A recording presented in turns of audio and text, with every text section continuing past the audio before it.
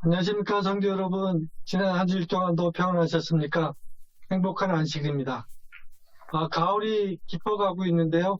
아직도 더위는 완전히 물러서지 않은 것 같습니다. 주중에 더운 날씨가 계속되었는데요. 이럴 때일수록 여러분들 감기 걸리지 않고 건강에 유의하시기 바랍니다. 지난 첫째 안식일에 교과에서 천연계에서 얻을 수 있는 교훈을 공부했는데요. 저는 지난주에 천연계 가까이 한번 가보았습니다.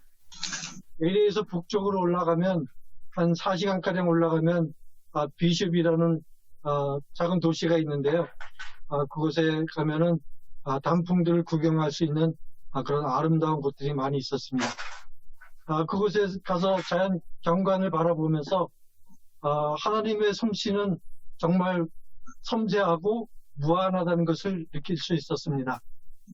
넓고 큰 산들에 있는 그 푸른 나무들이 노랗게 변화가는 그런 모습을 바라보면서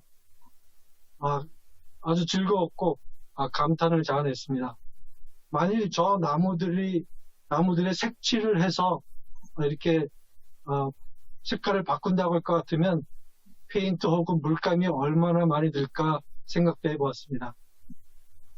그리고 그곳에 있는 이 호숫가를 거닐면서 마음이 편안함을 느끼고 왔습니다.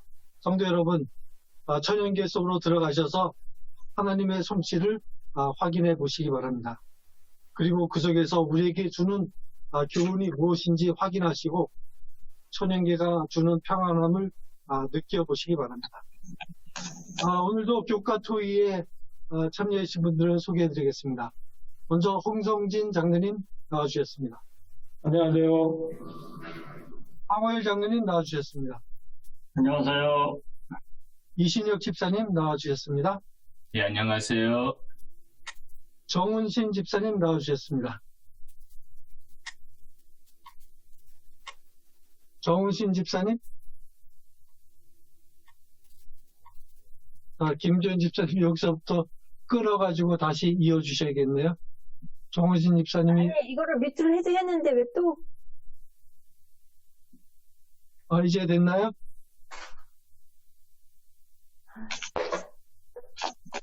이제 들리나요? 네. 다시 소개합니다. 정은신 집사님 나와주셨습니다. 안녕하세요. 네, 오늘은 그 사기 세 번째 안식일, 오늘 교과 토의 제목은 교사로서의 율법이란 제목으로 같이 공부를 하겠습니다. 오늘 10월 17일 해지는 시간은 5시 52분입니다.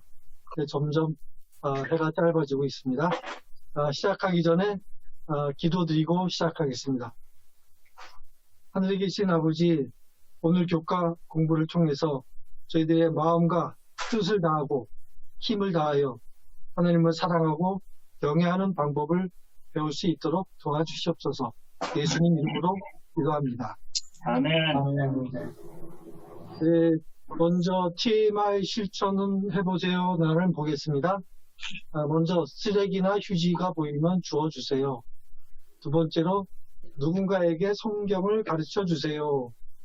그리고 세 번째, 버스나 지하철에서 노약자에게 자리를 양보하세요. 저희들은 버스나 지하철 탈 기회가 없지만 혹시 이런 기회가 생기면 이렇게 해주시기 바라겠습니다.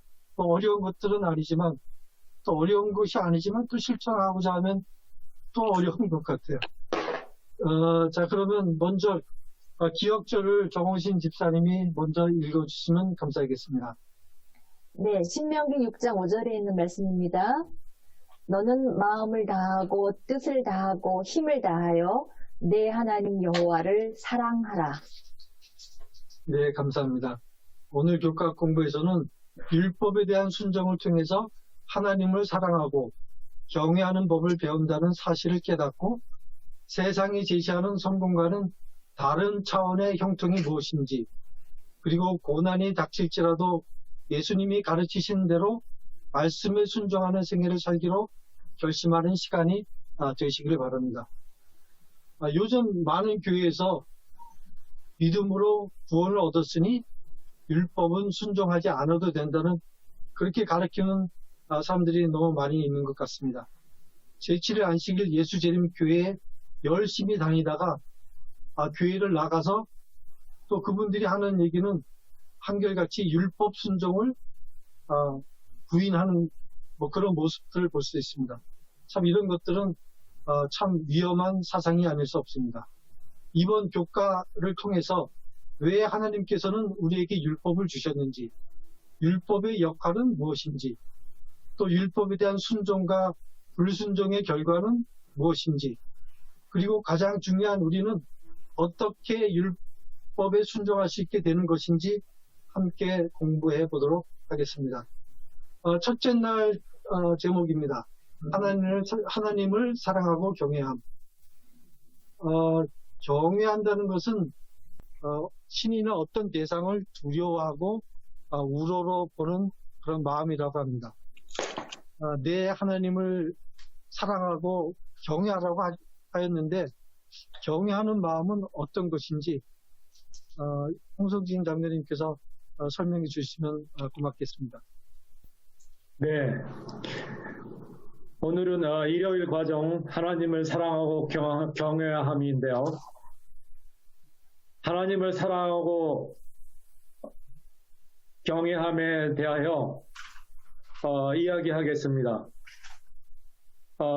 오늘의 큰 주제는 교사로서 율법이라는 주제하에 있는데요. 이 하나님을 사랑하고 경외함을 얘기하겠습니다.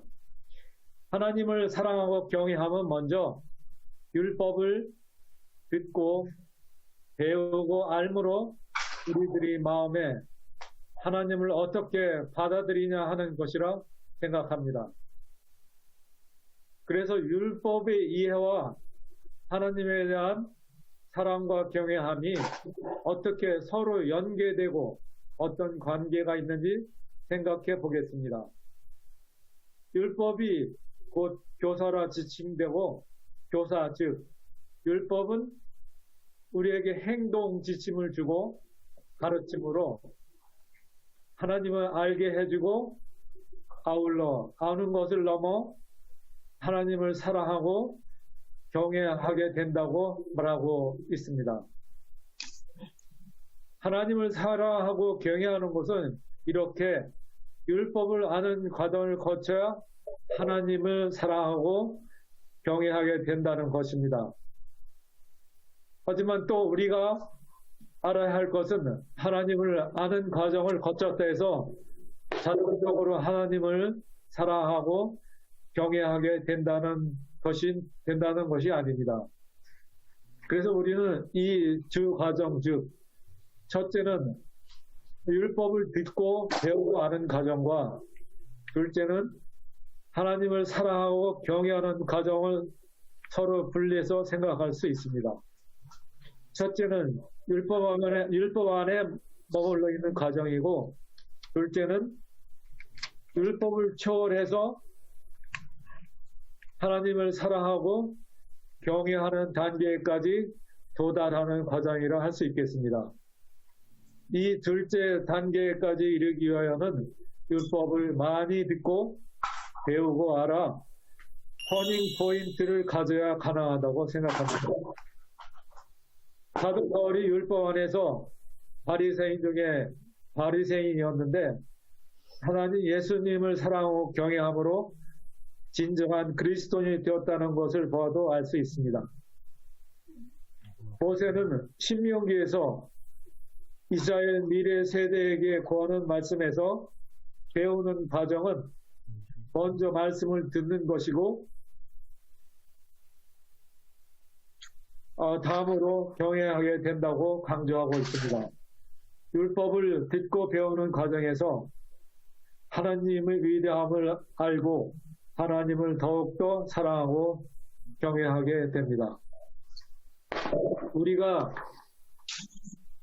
모두 잘 알다시피 하나님은 이스라엘 민족에게 광야 생활 40년 동안에 어떻게 하셨습니까?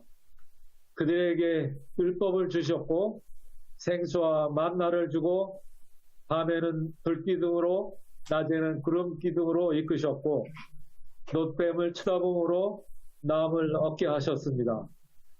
이렇게 하나님은 이스라엘 민족에게 끊임없이 사랑을 베풀고 하나님을 알게 하셨습니다. 그리고 장차 오실 예수님도 예언해 주셨습니다. 이 모두는 그들에게 터닝 포인트가 되어 하나님을 더욱 믿게 하셨습니다. 우리도 율법을 통해 듣고 배워 알아야 합니다. 그래서 하나님을 사랑하고 경외하는 마음을 갖게 됩니다. 하나님은 우리가 하나님의 율법을 알고 배울 뿐 아니라 우리가 하나님의 사랑과 은혜로 인하여 하나님을 사랑하며 동시에 경외하는 법을 배우기를 바라십니다. 우리도 율법을 듣고 배워 알아 하나님을 경외함으로 우리 모두가 참 그리스도인이 되고 축복받는 가정이 되어 지혜의 근본이 되신 하나님께 영광을 돌릴 수 있기를 바랍니다. 감사합니다. 네, 감사합니다. 아까도 얘기했지만 경외심이란 그 하나님을 두려워하는 그런 마음이라고 합니다. 경외심은 신앙의 기초이고 또 겸손의 시작이라고 합니다. 또한 하나님을 믿어야 하는 근거이고 이것은 그리스도인이 영성과 영적 성장의 가장 중요한 그 기초가 된다고 했습니다. 요가책 39페이지 하단에 보니까 그 영감의 교훈이라는 그런 그 글이 실려 있는데요. 제가 너무 공감이 되고 좋은 말씀이라 읽어드리겠습니다. 증언보감 2권 134페이지에 있는 말씀입니다. 하나님께 영광을 돌리는 가정, 가정에서 하나님을 첫째로 삼고 여호와를 경외하는 것이 지혜의 근본임을 가르치는 아버지와 어머니들은 질서가 잘 잡히고 교육이 잘 된 가족, 하나님께 반역하는 대신에 그분을 사랑하고 순종하는 가족을 세상에 보여줌으로써 천사들 앞과 사람들 앞에서 하나님께 영광을 돌리게 된다. 그들의 가정에서 그리스도는 외인이 아니며 그분의 이름은 존경과 영광을 받는 가정의 이름이 된다. 참 좋은 말씀인 것 같습니다. 둘째 날 소지로 넘어가겠습니다. 너희를 대항하는 증인. 여기는 어떤 교과책에는 모세에 대한 그 이야기가 있는데요. 황엘 장로님 이 두 번째 날 너희를 대항하는 증인에 대한 공부를 하셨으면 좀 설명해 주시면 좋겠습니다. 네, 안녕하십니까. 먼저 제가 모세 사역에 대해서 잠깐 살펴보자 합니다. 히브리 라마로 태어나서 하나님의 오묘한 섭리로 애굽 왕자로 40년, 이름 없는 미디안에서 목자로서 40년, 그리고 이스라엘 영도자로서 40년, 더 110년간의 파란만장을 살며 살았습니다. 그런데 그동안 이스라엘을 인도하여 이제 가나안 땅을 바라볼 수 있는 요단 동편까지 왔으나 정작 자신은 약속의 땅을 밟아보지 못한 채 눈을 감아야 하는 처지에 있습니다. 모세는 이제 나이를 밝히는 것은 자신의 역할도 끝났다는 사실을 알기 위해서입니다. 그는 기력이 없음을 이야기했지만은 신명기 34장 7절에 보면 죽을 때 나이가 120세라 그 눈이 흐리지 아니하였고 지력이 쇠하지 아니하였다고 기록합니다. 가나안 땅에 들어가고 싶지만 그렇게 할 수 없게 되었습니다. 하나님께서 전에 너는 요단을 건너지 못하리라 하신 이유는 신강야 가데스 무리바 반석에서 모세가 그 하나님의 거룩함을 이스라엘 백성에게 나타내지 않았기 때문이라고 합니다. 회중들이 무리 없어서 불평하며 원망할 때 모세와 아론을 공박함으로 모세가 백성을 향하여 패역한 너희여 그렇게 극도 혈기를 나타냅니다. 그래 모세가 감정이 폭발해서 가나안 땅에 들어가지 못하는 결정적인 그 행동을 하고 맙니다. 하나님께서 이르시되 지팡이를 가지고 그 아론과 백성들을 보고 반석에서 물을 내라 지시하십니다. 그런데 모세는 이렇게 말합니다. 우리란 말을 곧 하나님을 들먹거리면서 화를 내었을 뿐만 아니라 마치 하나님과 둥둥간 자격을 지닌 자기가 백성들에게 물을 줄 수도 심판을 할 수도 있는 자처럼 행세하며 혈기를 부린 것은 거룩한 우분을 지나서 일종의 망령된 그 행위를 하고 말았습니다. 이 일은 결국 하나님의 거룩함을 훼손하는 것으로 정죄되어 모세가 가나안 땅에 들어갈 수 없는 결과를 초래하고 말았습니다. 물을 내라고 하였다면은 그 하나님의 주권적인 능력이 높이 드러났을 것이나 마치 자신의 능력이 물을 내기 위해서인 것처럼 그것도 반석을 2번이나 힘껏 내리치면서 백성을 치고 싶은 심정으로 두들게 됐다고 이렇게 성경 주석하고 있습니다. 그래서 모세가 혈기를 내므로 여호와 영광과 거룩한 성을 타격을 말았던 것입니다. 따라서 아론도 망령된 언행의 동조자로 방조자로 마찬가지로 가나안 땅에 들어가지 못하고 광야에서 둘 다 죽었습니다. 하나님께서 이르시되 나를 믿지 않냐고 나의 거룩함을 나타내지 아니함으로 너희를 인도하여 드리지 가나안 땅에 너희를 인도하여 드리지 못한다는 하나님 말씀이겠습니다.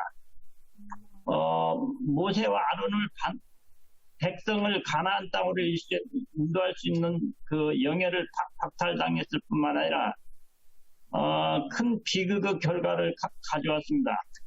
그러나 책망은 받았으나 하늘 시민국까지는 박탈당한 것은 아닙니다. 마태복음 17장 3절에 본 변화산을 통해서 우리가 참고하시기 바랍니다. 한편 모세가 가나안 땅에 들어가지 못한 데는 영적으로 심한 진리가 내포되었습니다. 즉 모세는 율법의 수여자요 선지자이며 전수자로서 율법을 상징하는 인물이었습니다. 그런 그가 가나안 땅에 들어가지 못하고 광야에 죽은 것은 율법으로는 결코 새하늘과 새 땅, 천국인 상징인 가나안 땅에 들어갈 수 없음을 보여주는 것입니다. 그러므로 율법은 상징적인 모세가 그 물법의 행위, 곧 그로 인해 죽었고 하물며 그 누가 율법의 자신의 공로로 구원을 얻을 수 있다고 자신할 것인가? 로마 3장 28절에는 율법은 단지 우리를 가나안 그 입구까지만 인도하는 몽학선생이라고 그렇게 가르치고 있습니다. 이제 모세는 자신이 사명을 대신할 후계자 여호수아를 택합니다. 그래서 이스라엘을 인솔하여 가나안 땅에 들어가는 여정을 이야기합니다. 여기서 모세는 하나님을 통해서 이스라엘 백성이 가나안 땅에 들어가 하나님을 데려가고 가정의 우상을 섬기고 타락할 것을 알았습니다. 그래서 그들을 열정에 맹세한 바 적과 꿀이 흐르는 땅으로 그들을 인도하여 드리는데 그들이 먹어 배부르고 살찌며 돌이켜 자신들의 다른 신을 섬기고 나를 멸시하면 내 언약을 파기하리라. 하나님의 언약을 파기해버립니다. 그래서 모세를 대신해서 율법의 증인되는 방법을 만드는데 그것이 율법을 풀어서 노래를 만들어서 그 이스라엘 민족들에게 가르칩니다. 그래서 그 노래를 잊어버리지 않고 배워서 범죄하지 않고 순종할 수 있도록 한 노래가 모세의 노래입니다. 그래서 이 노래를 부르게 한 목적은 이 노래를 제대로 선용하기만 한다면 이스라엘 백성을 그 패역에서 방지할 수 있는 방편이 될 수 있었고 또 비록 그 노래가 이스라엘 백성을 패역을 방지 못했다 할지라도 그들을 해결시킬 수 있는데 도움을 있었다는 점입니다. 그 다음에 시간이 많이 갔기 때문에 그 다음에 그들 앞에 증인이 되리라는 증인이라는 말이 나오는데 너희를 정하는 증인은 뭐냐면 어떤 고발된 범죄자 사실을 확인할 때 반드시 그 증인이 필요하죠. 법정에서도 보면 그 어떤 물적 증거가 확실한 것을 증거하는 증인을 통해서 유죄, 무죄를 판단합니다. 그러듯이 만약에 이스라엘 백성이 타락으로 말미암아 하나님께서 징계를 받을 때 그 누군가에 의해서 불려지는 이 노래가 하나님에 대한 범죄 사실을 확인시켜주는 증인의 역할을 한다는 것입니다. 즉 이스라엘 백성들이 범죄할 경우 그 죄를 밝히는 그 노래로서 그 교사로서 증인의 역할을 한다는 것입니다. 그래서 로마서 3장 19절에 보면은 바울은 율법의 행위로는 통해서 구원을 얻는 자들에게 율법 아래에 있다고 하면서 율법의 행위로는 절대 의롭다함을 얻을 육체가 없다고 말합니다. 그러므로 율법의 거울처럼 그 자신의 들여다볼 때 죄를 깨닫게 해주고 로마서에 이렇게 기록합니다. 바울은 전에 내가 율법을 깨닫지 못할 때는 내가 살았더니 계명의 이름에 죄는 살아라고 나는 죽었다 라고 고백합니다. 그래서 율법을 들여다봄으로 죄를 깨닫는 것은 거울을 들여다보며 품성의 결핍을 찾아내는 것이라고 말합니다. 그래서 일단은 율법이 당신은 죄인이다. 너는 죄인이야. 죄를 지적해 줄 뿐이지 죄를 사할 수 있는 권세는 없습니다. 다만 그를 회개케 하고 또 예수 그리스도 회개를 통해서 예수 그리스도를 가르치는 은혜를 향하여 가도록 그 교사 역할하는 그 몽학 선생 역할을 하는 것이 바로 이 노래의 증인이라고 율법이면서 증인이라고 해석하고 있습니다. 예, 감사합니다. 네, 감사합니다. 이 세 번째 날과 네 번째 날 그 내용은 좀 비슷한 것 같아서 먼저 이신혁 집사님이 율법 준수자의 노고와 분투에 대해서 설명해 주시고요. 너희가 형통하려면 나중에 시간이 나오면 제가 설명을 드리도록 하겠습니다. 먼저 이신혁 집사님께서 율법 준수자의 어떤 그 노고와 분투는 어떤 내용인지 한번 설명해 주시면 감사하겠습니다. 예, 제게 주어진 제목은 율법 준수자의 노고와 분투인데 화요일에 그 제목하고는 사실 정반대입니다.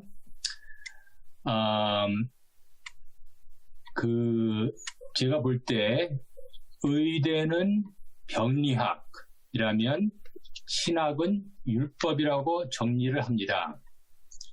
이 율법에 대해서 이번에 공부를 하다 보니까 마치 물리학 강의나 우주론 강의처럼 어려운 제목입니다. 제가 어렸을 때 율법이 꿀성이보다 달콤하고 오묘하다고 하였지만 율법은 항상 나의 뒤통수를 꾹 누르는 그런 느낌이 들게 하는 개념이기도 합니다.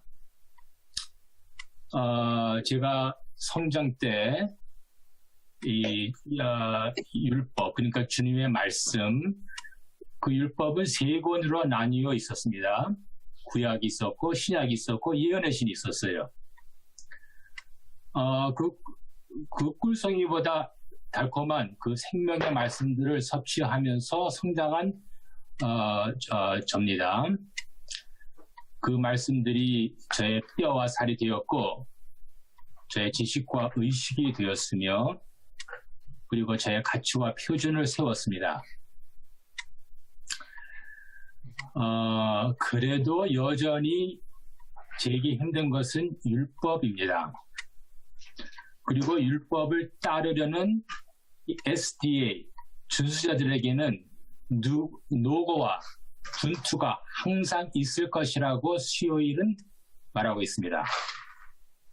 물론 화요일 걸 보면은 많은 복이 따르겠다 그러겠는데 현실은 노고와 분투입니다.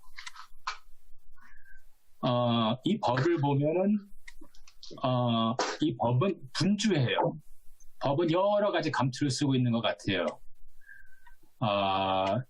이 법은 순사도 되고 판사도 되고 또 교사도 되고 우리 길의 등도 되고 우리 삶의 담로도 하고 또 나침반도 된다고 합니다. 그래서 이 말씀과 이 율법이 우리의 천국 가는 길, 하나님께로 가까이 가게 하는 길, 그리고 예수님께로 인도하는 길의 역할을 한다고 오늘 말씀하고 있습니다. 그대가 가는 길이 쉬운 것은 아니에요. 이번에 이제 이번에 과정 공부를 하면서 이제 신명기를 다시 한번 쭉 읽어보는데, 참 복잡한 내용들이 많아요. 그걸 제가 스스로 간추려 본다면은, 법, 그 다음에 복, 그리고 그때 가서는 벌. 참,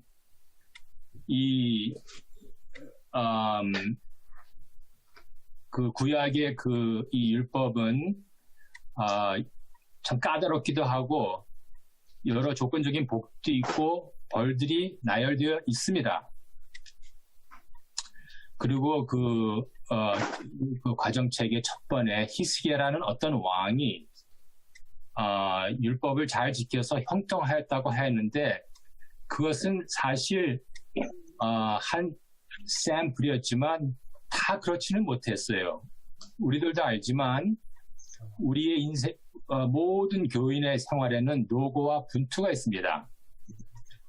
이 과정책에서도 그것을 인정을 합니다. 그리고 그 이유를 댈 수가 없어요. 과정책도 그것은 진짜 신비이기 때문에 그냥 과정책에서는 우리 그 율법 준수자들에게 노고와 분투가 있는 것은 아마도 대쟁투 때문일 것이라고 간단하게 얽어무리고 넘어갑니다. 그러나 우리의 매일 현실은 매일의 그 삶을 살아야 하는 우리는 그 노고와 분투가 힘든 것이에요. 그 영어 가정책을 보니까 그 노고와 분투의 세 example을 주었는데 하나는 욥이었고 하나는 목배임을 받은 침례 요한이었고 그 다음에 사도 바울이었습니다. 사도 바울은 글쓰기를 좋아해서 자기의 그 고난 당한 것을 구체적으로 썼어요. 자기가 몰매를 41번씩 받았고 뭐 채찍질을 몇 번 받았고 돌팔매질을 받았고 하선을 몇 번 당했다고 자기가 구체적으로 썼습니다. 이런 고통을 했다고 법을 따라가다가. 그리고 우리의 일상생활에서도 피할 수 없는 노고와 분투가 우리의 일상생활에 있습니다. 그 노고와 분투가 가정에도 있고 직장에서 있고 또 사회에서 있어요. 피할 수가 없습니다.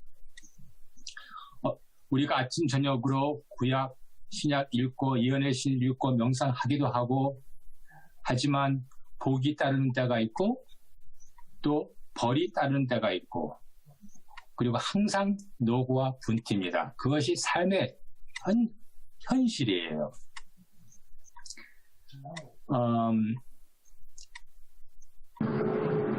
그래도 이제 와이프 부인이 우리를 이제 권장하기를 고난 속에서도 순종의 길을 가라고 권장을 합니다. 제가 그것을 읽어드리겠어요. 어떤 희생을 치르더라도 그대의 의무를 다하라. 고난들이 겸손히 하나님을 신뢰하면서 순종의 길을 따라 앞으로 나아갈 때에는 사라질 것이다. 물론 때로는 우리가 하나님의 말씀을 신뢰하며 순종의 길을 따라가면은 이런 것들이 없어지긴 하지만 안 없어지는 것이 사실은 더 많아요. 그것을 우리가 인정을 해야 됩니다. 우리 SD들을 보면은 우리가 법을 사랑하고 법을 지키기를 좋아하는 사람들이 모여있는 무리예요. 특히 우리 교파는 우리가 일상의 노고와 분투를 마다하고 교회에 남아있는 것은 우리가 그것을 믿고 그 가치를 인정하기 때문에 그런 것입니다. 우리가 이제 앞으로 더 긴 시간이 있으면은 이런 것에 대해서 목사님과 한번 이제 디스커스 할 수 있겠지만 오늘 시간이 짧아서 그 기도록에 나오는 이 마지막 기도로 이 과정책에 나오는 이 마지막 기도로 제 쉐어링을 마무리 짓겠습니다. 하늘에 계신 저희들의 아버지, 우리는 신앙도 좋고 돈도 많기를 바랍니다. 예수님의 이름으로 기도드립니다. 감사합니다. 네. 네, 감사합니다. 우리들이 살아가면서 세상적인 그 일을 관심을 가질 때 그 멘토라 그러나요? 멘토가 필요한 경우도 있고 아니면 뭐 롤 모델이라고 하나요? 어떤 사람을 바라보고 나도 저렇게 돼야지 뭐 그런 경우들이 있잖아요. 하지만 성경은 우리 보고 누구를 닮으라 그래요? 모본이신 예수님을 닮으라고 하는데 다섯째 날 제목이 우리의 모본이신 예수님입니다. 정은신 집사님께서 어떻게 모본이 되시는지 대해서 설명 좀 해주세요. 네, 저희들은 참 행복하게도 우리들에게 롤 모델인 예수님이 계십니다.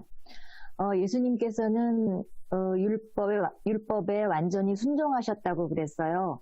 그냥 율법을 단순히 지킨 것이 아니라 순종, 그야말로 무조건 하신 거죠. 그리고 또 그 하나님의 율법을 높이셨다고 그랬어요. 율법에 순종하셨고 그래서 그 율법을 높이셨고요. 또 예수님께서는 그야말로 그 왕과 같은 화려함으로 오실 수도 있었는데 그렇게 오시지 않고 그야말로 비천하게 말구유에 오셨어요. 그래서 돌아가실 때는 십자가에 참 그 수많은 아픔을 견디시면서 십자가에 달리셨었죠. 만약에 그렇게 화려하게 오셨다면은 우리들에게 겸손에 대해서 가르쳐 주실 수가 없었겠죠. 이렇게 우리들에게 율법을 순종하고 또 그 율법에 순종하는 생애가 어떤 것인지를 보여주는 우리들의 모본이 되신 거예요. 그래서 내가 모본이 됐으니까 나를 따라오라고 우리들에게 모본으로 쓰신 거죠. 여기서 우리가 생각해 볼 수 있는 거는 어린 아이와 엄마가, 그러니까 아이가 엄마 손을 잡고 걸어가고 있어요. 근데 이 어린 아이는 자기 엄마를 바라볼 때 과연 내가 이 엄마를 믿을 만한가? 이 엄마가 나한테 어떤 모본을 보여줬나? 그래서 따라갑니까? 아니잖아요. 엄마니까 무조건 따라가는 거잖아요. 엄마이기 때문에 무조건 따라갈 수가 있는 거죠. 하나님께서는 우리들을 낳아준 친엄마 아빠 이상으로, 왜냐면 우리를 만드셨으니까 그러셨겠죠? 모본을 주셨어요. 예수님을 주셨고 우리가 그냥 따라가기만 하면 되게끔 아주 쉽게 해주셨는데 우리 인간들은 거기에 참 많은 토를 달고 여러 가지 이유를 많이 달고 참 어렵게 사는 것 같아요. 제가 여기서 하나 생각해 본 것은 우리가 얼마나 하나님께서 우리들을 위해서 여러 가지로 그야말로 다방면으로 준비를 하고 계신지 그냥 따라오기만 하라. 내 율법을 지키기만 해라. 지키기도 쉽게끔 어떻게 만들어 놓으셨는지 한번 생각해 보려고 해요. 일단 먼저 우리들에게 이렇게 예수님을 모본으로 보여주셨죠. 그냥 예수님께서 하신 것처럼 따라가기만 하면 되게끔. 그 다음에 이번 그 여성 선교회 그 영성 집회였었나요? 어느 날에 제가 그 말씀을 들은 것 같은데, 우리 하나님께서는 우리들의 그 모난 모습들을 다시 빚어주시기를 원하신다고 하셨어요. 그야말로 깨어지고 부서지고 난신창이가 된 우리들의 모습을 새롭게 다시 빚어주시기를 원하신다고. 그렇게 안 하셔도 되는데 새롭게 만들어주신다고, 만들어주시기를 원한다고 그러셨어요. 그러니까 기다리고 계시는 거죠. 얼마나 감사한 일입니까? 우리가 주님 쪽으로 우리의 시선을 고정만 시키면, 그쪽으로 틀기만 하면 하나님께서는 기다리고 계시다가 우리들을 받아주시고 새로 빚어주기를 원하신다고 그러셨어요. 또 아주 중요한 성령님이 계시잖아요. 우리들의 마음이 낙심되고 낙담되고 그야말로 낭떠러지에 쓴 것 같은 그런 어려움을 부딪혔을 때도 우리들의 마음을 움직일 수 있는, 그야말로 캄캄한 흑암 속에서도 한 줄기 빛으로 우리들에게 희망을 주실 수 있는 그러한 성령님이 계시기 때문에 우리들의 아픈 마음, 망가진 마음, 또 우리의 인간의 힘으로서는 할 수 없는 것들을, 그런 마음들을 움직여 주시잖아요. 너무 감사한 일이죠. 그리고 제가 며칠 전 아침 기도력에서 읽은 것 같아요. 천사들은 율법, 그리고 자연계, 또 그 자연계 속에 담긴 놀라움을 볼 수 있도록 우리들의 생각과 눈을 열게 해준다 그랬어요. 눈이 뜨이게끔 해준다 그랬어요.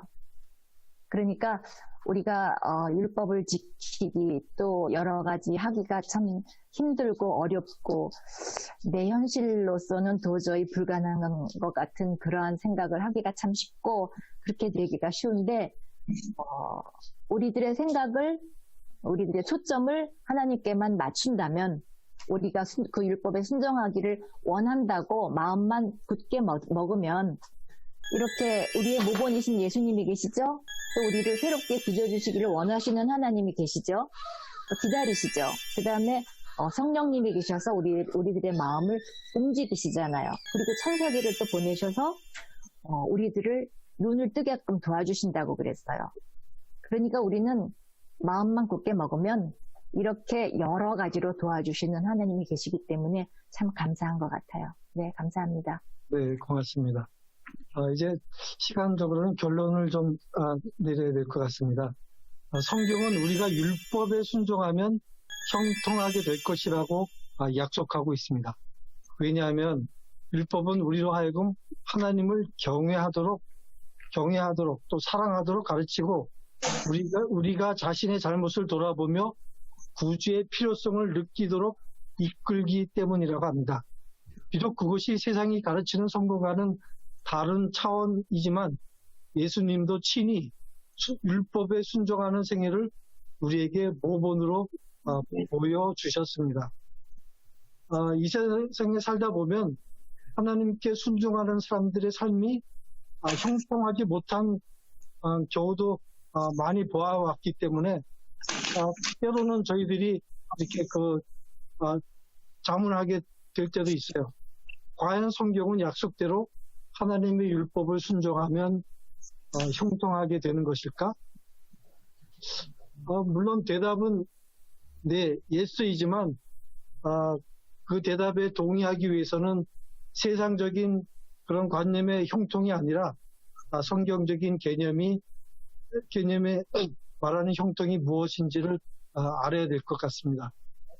왜냐하면 성경에도 그런 많은 그 삶의 모습들이 있죠. 요셉도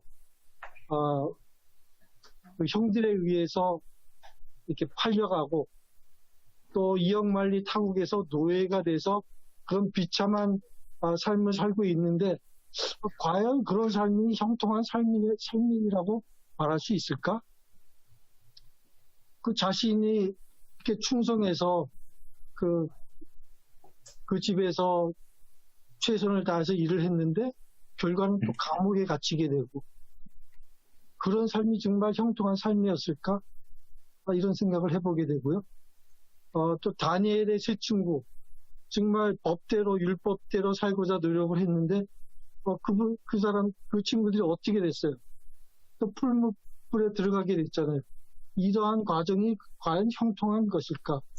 또 다니엘도 정말 하나님을 향해서 이렇게 기도드리고 이렇게 했는데 또 어떻게 됐어요? 또 사자굴에 던져졌잖아요. 그래서 이런 모습을 보면서 야 정말 저런 것들이 형통한 일이었을까? 이렇게 의문을 가질 때가 있어요. 하지만 세상적인 관점에서 세상에서 사는 모습을 보면은 그게 형통한 모습이 아닐지 모르지만 결국에는 그러니까 제일 마지막 부분에 가서 하늘에서 받는 보상을 생각하면 이러한 길들이 결국 하늘에서 주는 형통한 그런 길이었다는 것을 깨닫게 되는 것 같습니다.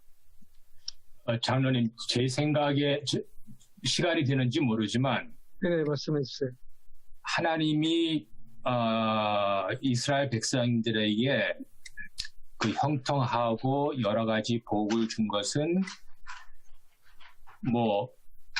그 재림 후에 그런 것보다도 이 땅 위에서 우리가 마땅히 누려야 할 그러한 일상생활의 현실이라고 믿습니다. 네.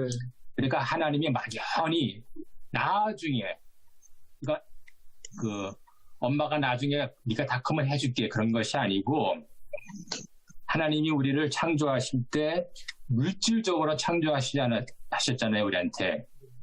그리고 또 우리에게 또 영도 주시고. 그러니까 하나님께서 약속하신 그러한 것들은 물질적인 차원에서 물론 그 다음에 건강, 우리가 생각하는 그 장수하는 것, 그리고 좋은 대인 관계, 그리고 지적으로 많은 여러 가지 과학적으로, 문학적으로 이런 것으로 깨달음,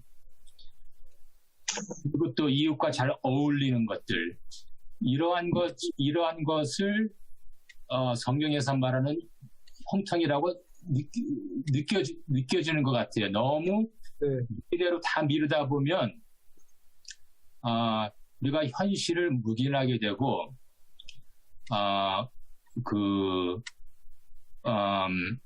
이게 좀 현실적이지 않은 것 같습니다. 그래서 물론 앞으로도 하나님께서 책임을 지시겠지만 이 땅에서도 우리가 인간의 차원에서 제일 근본적인 의식주는 하나님께서 해결해 주셔야 하는 책임이 있다고 저는 믿습니다. 네, 감사합니다. 이제 성경이 말하는 이 형통은 이 세상 사람들이 말하는 어떤 그 성공의 개념과는 많이 다른 것 같습니다. 이 세상에서 성공하는 것이 반드시 형통한 삶을 사는 게 아니라는 얘기죠. 어쨌든 저희들이 이번 교과를 통해서 좀 율법, 그러면 좀 딱딱하게 느끼는데 그래도 우리들은 하나님께서 주신 율법을 순종하고 따를 때 그때 복이 온다는 것을 믿고 또 계속 전진해 나가는 여러분들이 되시길 바라겠습니다. 오늘 교과 공부는 이것으로 마치겠습니다. 감사합니다. 오늘도 이렇게 참여해 주신 여러분들께 다시 한번 감사드립니다. 성도 여러분, 또 한 주일 동안 건강하게 그리고 편안하게 안녕히 계십시오. 안녕히 계세요. 감사합니다. 안녕히 계세요.